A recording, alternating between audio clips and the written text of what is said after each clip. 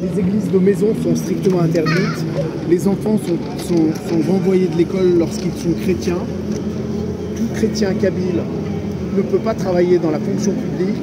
Voilà, il y a une persécution extrême. On ne peut pas circuler avec une Bible parce que les autorités algériennes interdisent le prosélytisme. Tout objet non musulman est considéré comme un objet de prosélytisme. Et ce qui est très grave, c'est que dans cette Algérie qui prétend être un pays où on peut exercer la liberté de religion, ça n'est pas du tout le cas. Le christianisme se développe énormément en Kabylie. Il y a beaucoup de chrétiens, plusieurs centaines de milliers. Ils sont obligés de vivre comme les premiers chrétiens, cachés. Il y en a qui vont à la mosquée pour qu'on ne doute pas qu'ils soient chrétiens. Tout le monde se cache et la France ne fait rien pour ça. Le Vatican ne fait rien pour ça. Donc nous sommes extrêmement inquiets de ce qui se passe là-bas et ce n'est pas dénoncé. C'est à 3/4 d'heure de Marseille que ce genre de choses arrive. Voilà. Donc j'aimerais que le monde le sache. Ici, en France, il y a des binationaux, par exemple algéro-français ou franco-algériens.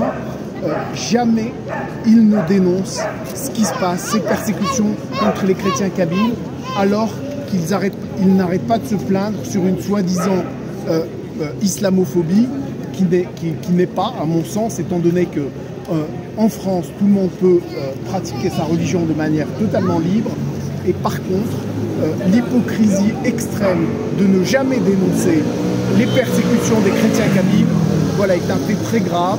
Donc nous devons lutter tous ensemble contre cette hypocrisie. Voilà, je vais passer le micro à mon ami. Pourquoi cette hypocrisie en France de ne pas vous aider, le gouvernement de ne pas vous aider?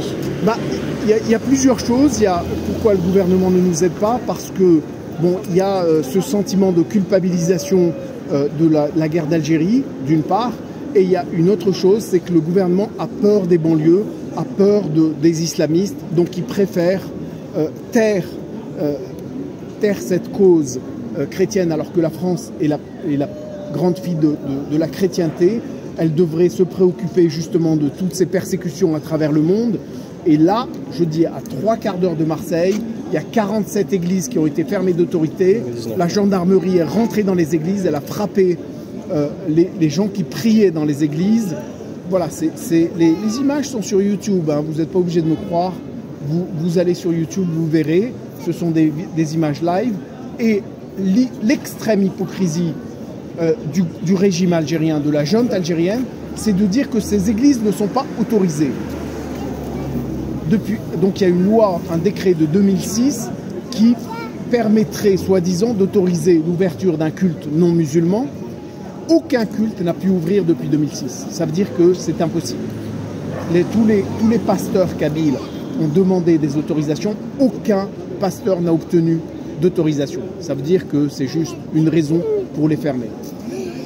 Donc, la France, qui est la fille aînée de l'Église, qui continue à essayer de communiquer ou d'avoir des relations avec ce régime criminel, voilà, c'est une chose intolérable. Il faut que les Français le sachent, que les chrétiens sont persécutés en terre voisine, et les chrétiens sont persécutés en terre voisine, et ici on leur impose un islamisme radical partout, à chaque coin de rue, et à chaque fois qu'on dit quelque chose justement sur cet islamisme qui s'étend démesurément, on est traité d'islamophobe, de raciste, etc. Voilà, donc c'est important qu'on en parle, qu'on dise les choses, et on ne doit pas avoir peur de dire ces choses. Voilà, nous sommes un mouvement kabyle qui justement essayons de nous extraire de ce monstre algérien que certains régimes continuent à défendre.